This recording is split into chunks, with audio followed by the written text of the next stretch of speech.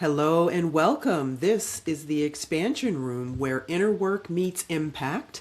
I am your host, Shervon Laurice, and I am so glad that you're here. Today's episode, we're going to be talking about why alignment feels uncomfortable at first. And it is a follow-up episode to our relaunch episode, which was just a few days ago. And we talked about in that space the power of decision making, right? Embodied decision making. We talked about how decision making is not about just logic and certainty and having a perfect plan, but we talked about how decision is about frequency. It is a moment when the body, your central nervous system, and your soul come into alignment. They come into agreement. And so today, a natural continuation of that subject, we're going to talk about how when you make a decision, especially if it's a bigger decision in your life, there can suddenly feel like there's disruption going on in your body, in your nervous system. And you start to question whether or not you made the right decision. Because here's what often happens. There's this second guessing that happens after making an aligned decision. And maybe that decision is way outside of your norm, way outside of the identity that you are used to living from. So instead of having a sense of calm and a felt sense of being settled with the decision, you feel unsettled. Instead of maybe relief, you feel a bit anxious, second guessing yourself. Instead of confidence, you feel suddenly exposed because you're in unfamiliar territory. Many people interpret this discomfort as a sign that something's wrong, that literally they made the wrong decision. So in this episode, we're going to talk about how, gently first correct that misunderstanding and then gently retrain your central nervous system around decision making so that you get to a space of settled acceptance and moving forward without a whole lot of disruption. Decision making opens the door. Regulation, central nervous system regulation, allows you to stay in the frequency of the decision that you made. Oftentimes when we make decisions, right, we talked about it being frequency. You've made a decision to step into a new energetic frequency of yourself, a new identity of yourself, a new version of yourself. And when you're in that frequency and that energy, that decision feels like the most right thing to have stepped into, to be in that moment.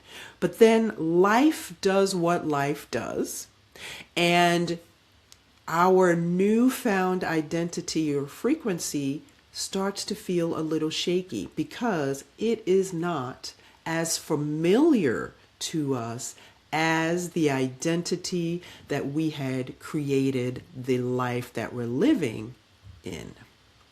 So let's talk about why alignment often feels uncomfortable at first and how to support yourself in the critical integration phase of a new decision. So why does the body resist aligned change at first? Your nervous system's priority is not alignment. Your nervous system's priority is familiarity. It is to keep you safe. And what is safe is what is familiar for most of us. Even when that thing that is familiar is either dysfunctional, unhealthy. It could even be unsafe in some ways, but we know it as familiar. And there's phrases for this. It's the devil we know, right? It is the thing that we know, so it's the thing we continue to do. Using myself as an example, I am not one who adopts technology easily or swiftly. I am one who has resisted technology from the very moment tech was starting to be introduced to me in junior high school. And when I start to engage in technology, I feel like there's a part of me that wants to run in the other direction. And to make the decision to be all in is hard for me. And my brain wants analog so bad, so badly. And the story I have woven around me in technology is that I am bad at technology. And so it makes me stepping into something new that is technologically based a struggle, because I am resisting it so much, even when I do it. But I have to let go of the old story. I have to let go of this idea of myself or this identity of myself as being bad with technology. And really decide when I want to learn something technologically new that I'm going to go all in. And, it's going to feel unfamiliar.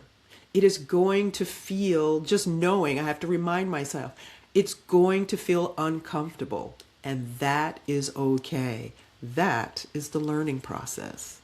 And once I get it, I can then move forward, figuring out how I'm going to implement this thing, new technology, in my life. So, even when a decision is deeply aligned, it can still have a disruption in our lives. It can still feel disruptive in our bodies, even though the decision is aligned, even though the thing we've decided and committed to is going to be helpful or transformative for us moving down the line. The nervous system is patterned around past experiences. And when we say past experiences, it's past experiences of safety, right, and familiarity, or even if whatever it was that's familiar in our past is not safe, our central nervous systems have already figured out how to work with it, how to live with it, how to move with it. It is often what we see in the mental health sphere, as me as a therapist, are coping mechanisms, right? If our childhood, for example, was less than optimal in our environments, we learn how to cope in those environments. We learn how to live in those environments in such a way to help keep us safe. And sometimes those coping skills we take into our adult lives and still use them in ways to keep us safe. But there comes a point for nearly every one of us when those coping mechanisms no longer serve us well. When we have to decide that that coping mechanism, which is based on a story because of our environment in our childhood, has to be let go of. And we have to step into either a new coping mechanism or a new way of being in the world, which involves a new identity. So the nervous system being patterned, right, around our past experiences is not patterned for future possibilities. Because future possibilities are unfamiliar. They have not happened yet. So our nervous system is like looking at it with like side eye. Like, what is this about? Right? So when you choose something new, even something right for you, the body is still going to likely respond with a sense of vigilance, right? What is this? What are we stepping into? Is this safe? That's how the brain is wired. And that's okay. When we know that that's how our brains are wired, how our central nervous systems are wired, we can then put strategies in place to help us calm that down as we step forward into new things. This does not mean you've chosen incorrectly. It just means your nervous system is reorganizing itself. Growth creates uncertainty, and that's okay. Uncertainty activates our survival responses, and that's okay. That is how we're wired. The body asks, is this safe? Will I be supported? Do I know how to survive here?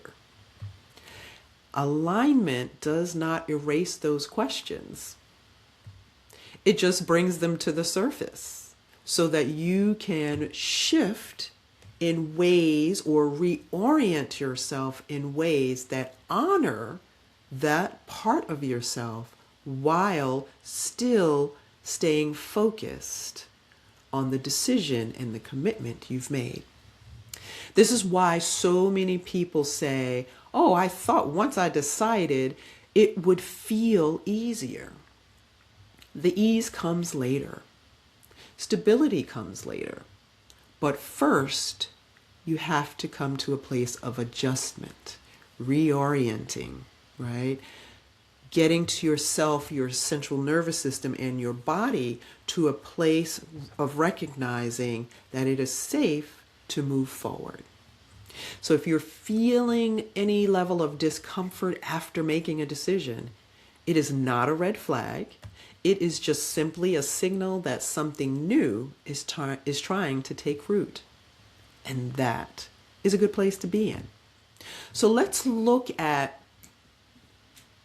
fear versus intuition after making a decision.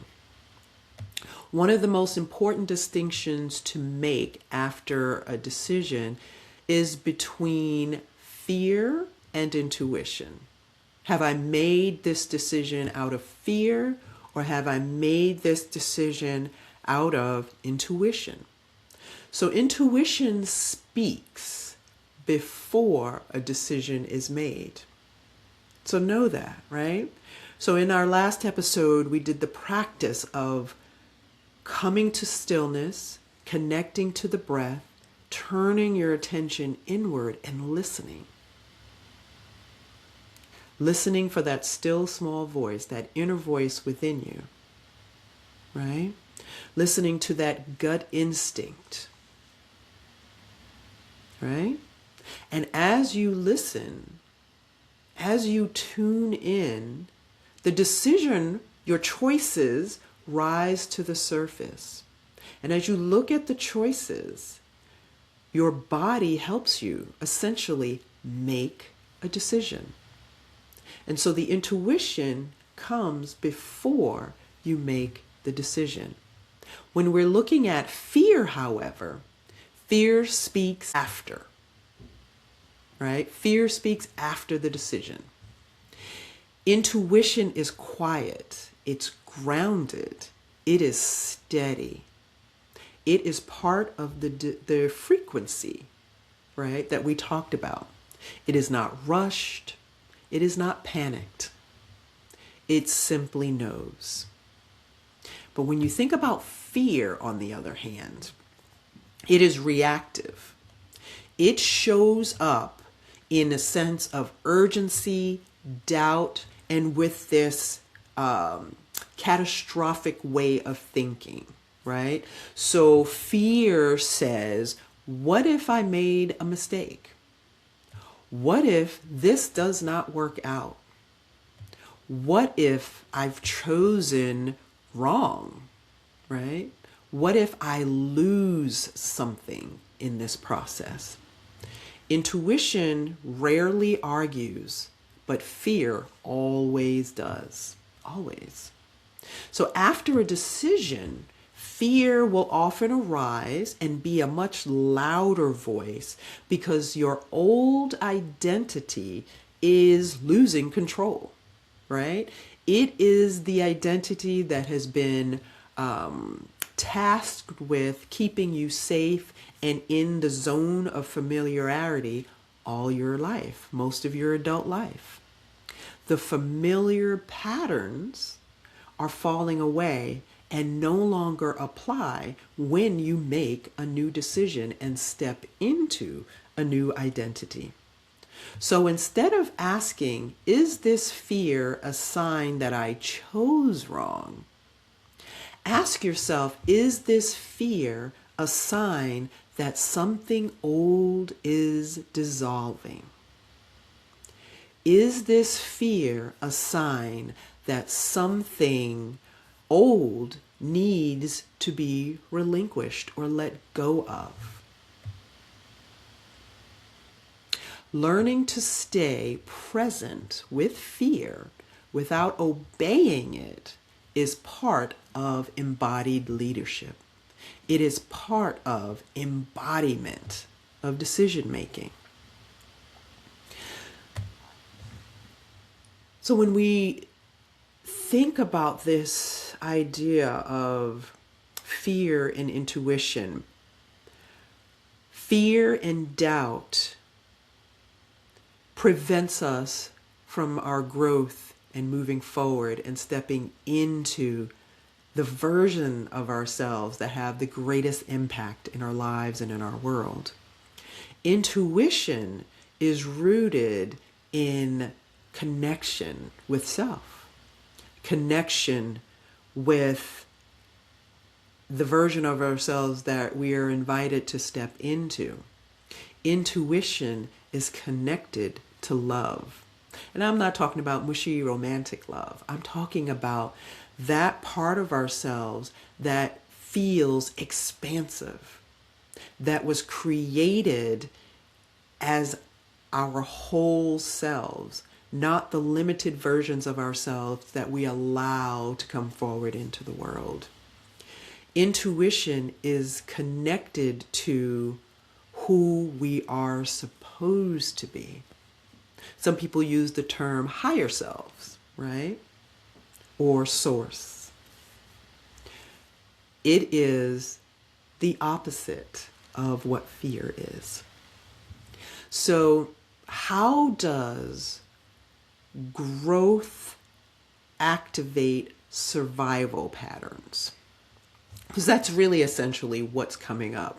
When you make a decision and it feels great, and then an hour later, or maybe that night, or the next day, you suddenly start to feel fear around the decision that you made.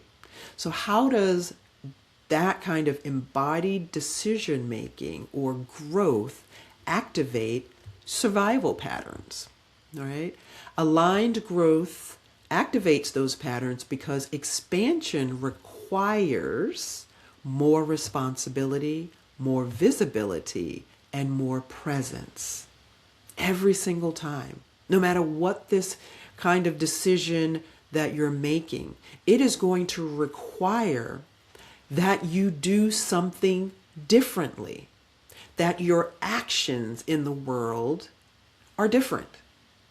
And so it's about taking either more responsibility or showing up in a more visible way in the world, or being fully present in the moment, which means you're showing up fully in the present moment, right? That's what happens. If your system learned that safety came from staying small, pleasing others, or avoiding risk, then growth will feel threatening. So I'm going to say it again. If your system learned that staying small, pleasing others, or avoiding risk, then the growth will feel threatening, even when the growth is right. I am a prime example of that. My world was small because it felt safe, right? It felt within the bounds of what I could realistically expect, as well as what I could do. And that to think way bigger and to think, quote unquote, outside of the box that I created was wild and unsustainable and setting myself up for failure. Right? And so I didn't want to think too big, wish too big, think too far even into the future, because I truly believed that it was much safer to keep my parentheses around a smaller version of myself. Old patterns surface to protect you, not to sabotage you. And it is really up to us to really tune in, almost like talking to ourselves. I don't know if you all are old enough to remember a character on Saturday Night Live who would do these, he would speak into a mirror and do these affirmations that he was speaking to himself. And it was a very funny skit for several years on that show. But it does have some power when we talk to ourselves, because our brains are always giving us messages. And they're oftentimes coming out of the old identity that we have fabricated to keep us safe in the world and to keep us small and to keep us in the familiar. So when we're stepping into the unfamiliar because we've made a new decision and we're creating a new identity, then it's going to be imperative for us to challenge the thoughts, the old narratives that are coming up in our mind's eye, and have a conversation to thank the part of our brains, the part of our nervous system that does want to keep us safe, and to say, I'm doing this anyway. To step forward anyway. And to challenge those old notions with new statements, new ideas, new thoughts. To not put our attention to those old ideas, thoughts, and notions, but to create new ones so that we're moving forward.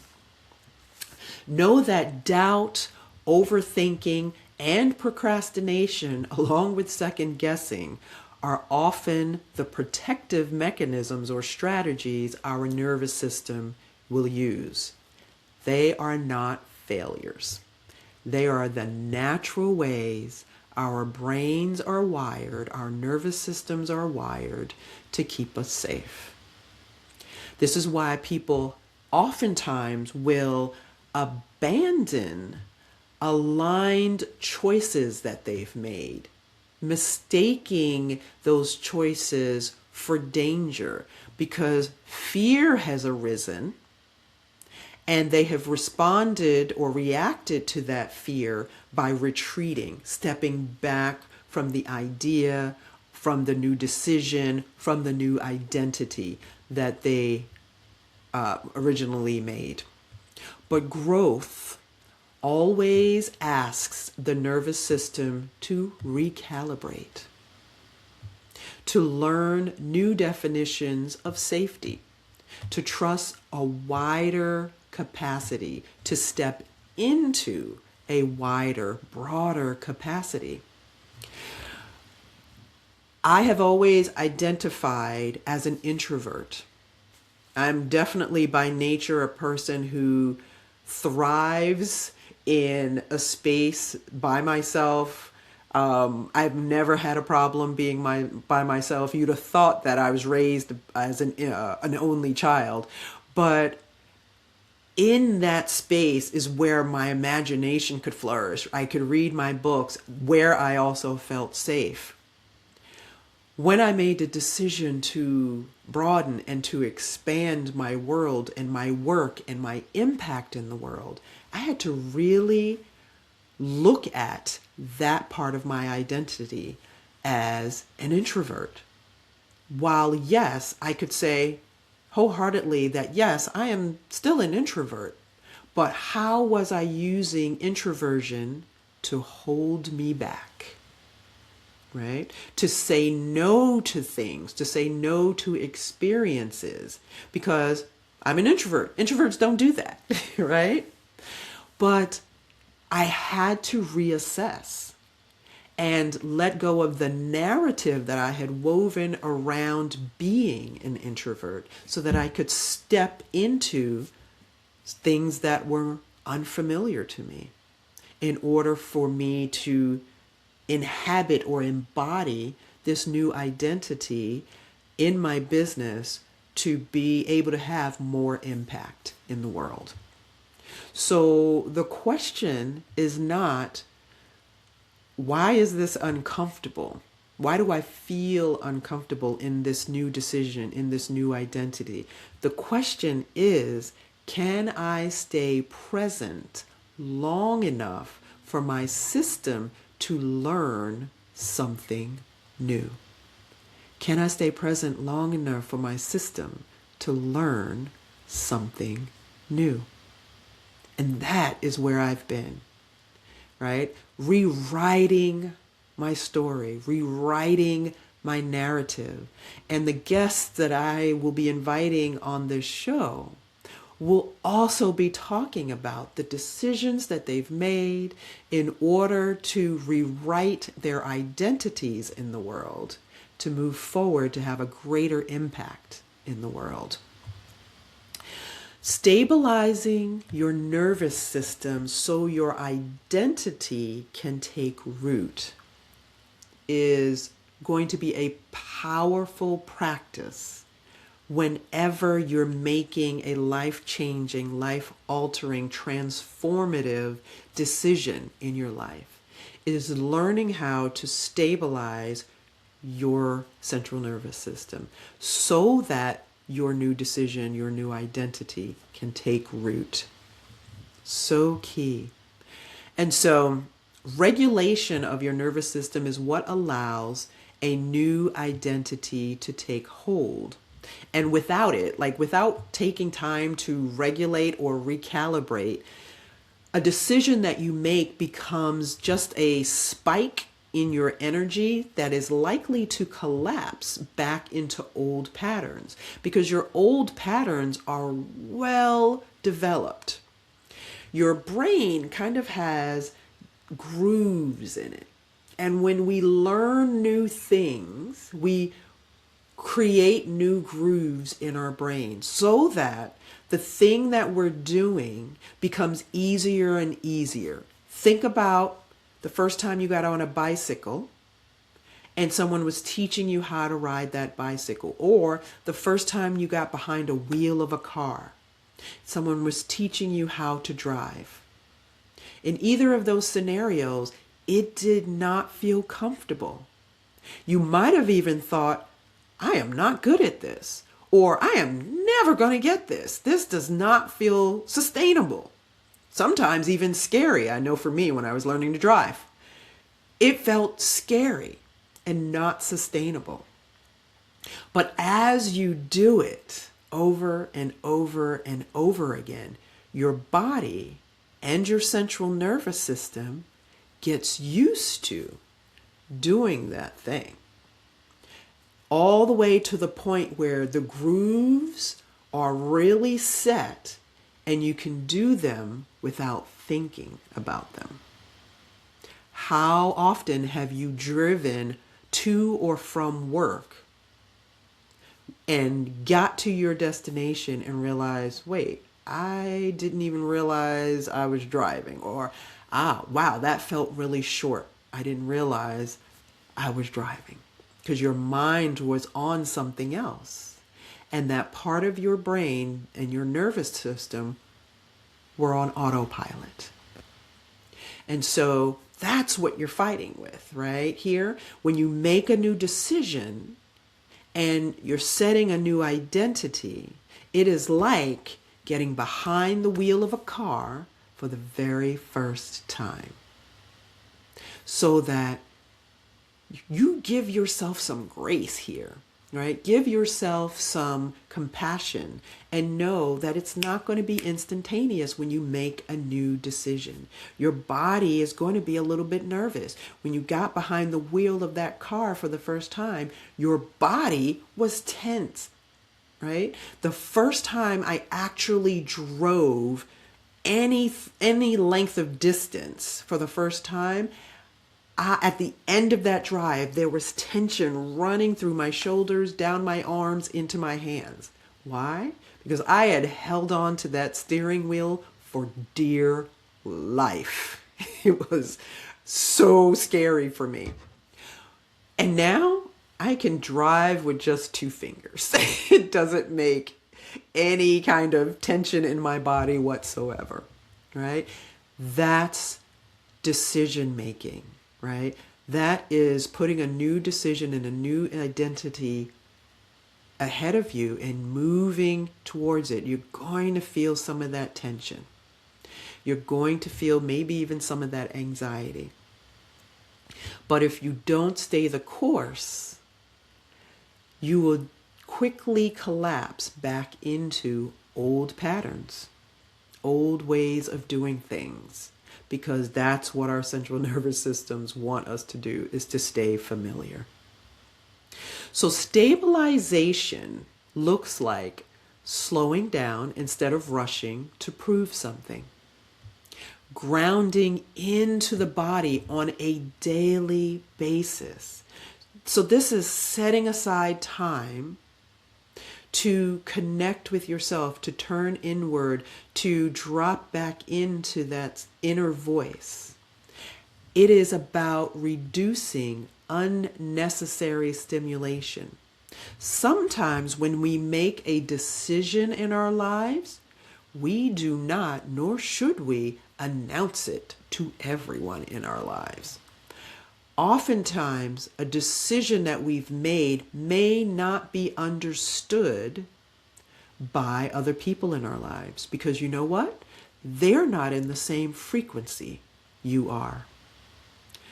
When I decided to leave my government job, I got several people in my life I had several people in my life who were making comments like, what? You're going to leave your good government job? This is like stable, right? Well, we've learned this year it's not as stable, but in those years, this is stable. You get a paycheck every 2 weeks. Why would you leave that to do this thing that you have no idea how it's going to turn out, right? And so you don't always want to have that level of extra stimulation coming in when you've made a big life decision. You may want to keep that close to the chest for a while and let that decision and new identity anchor first. Become stabilized within you to allow your central nervous system to become grounded and reoriented. Create simple rituals for yourself of safety and consistency.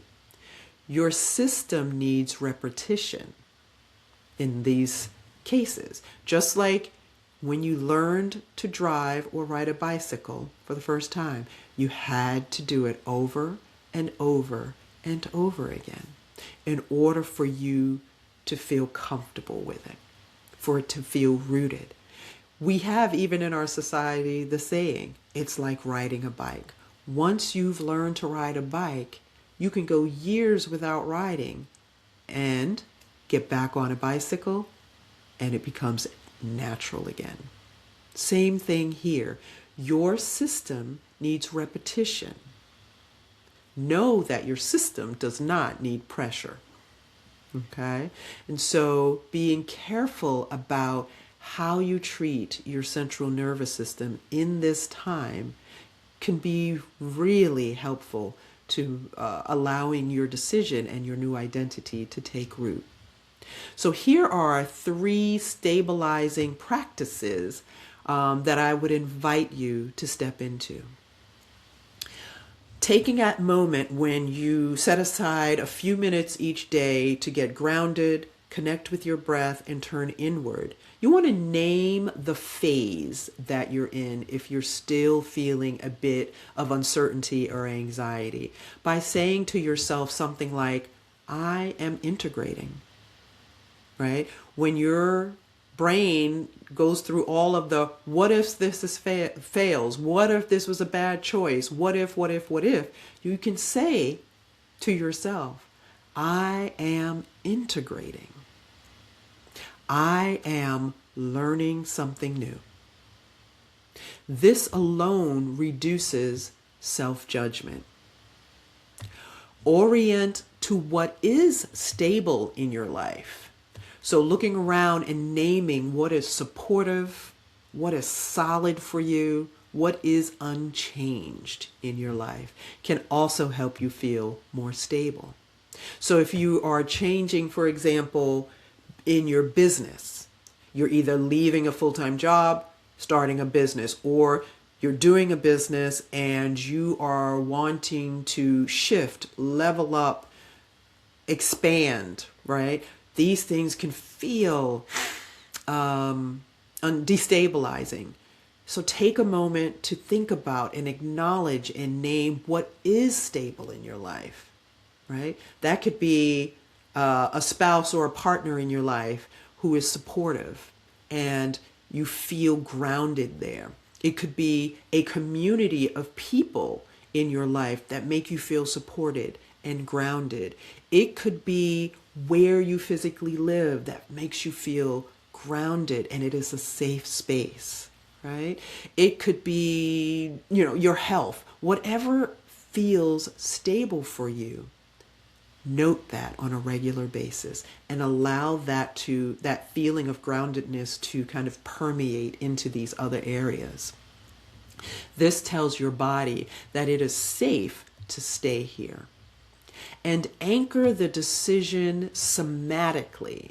That means anchoring the decision into your body. Each day you're placing a hand on your heart and you restate the decision that you've made without justification. Just restating it and letting your body feel it again. Letting your body and central nervous system step again into the identity of it. This is how identity catches up with choice. So, as we come to the close of this episode, I would invite you again to pause and take a moment, placing your hand on your heart, turning towards your breath. Allow your breath to slow. Just breathing gently in and out through the nose. Allow your shoulders to relax. And silently repeat, I am allowed to take time to settle into this new decision. I am allowed to take time to settle into this new decision. And I can stay. I can stay. Let your nervous system soften around this truth. Take a moment to simply notice what you're most aware of.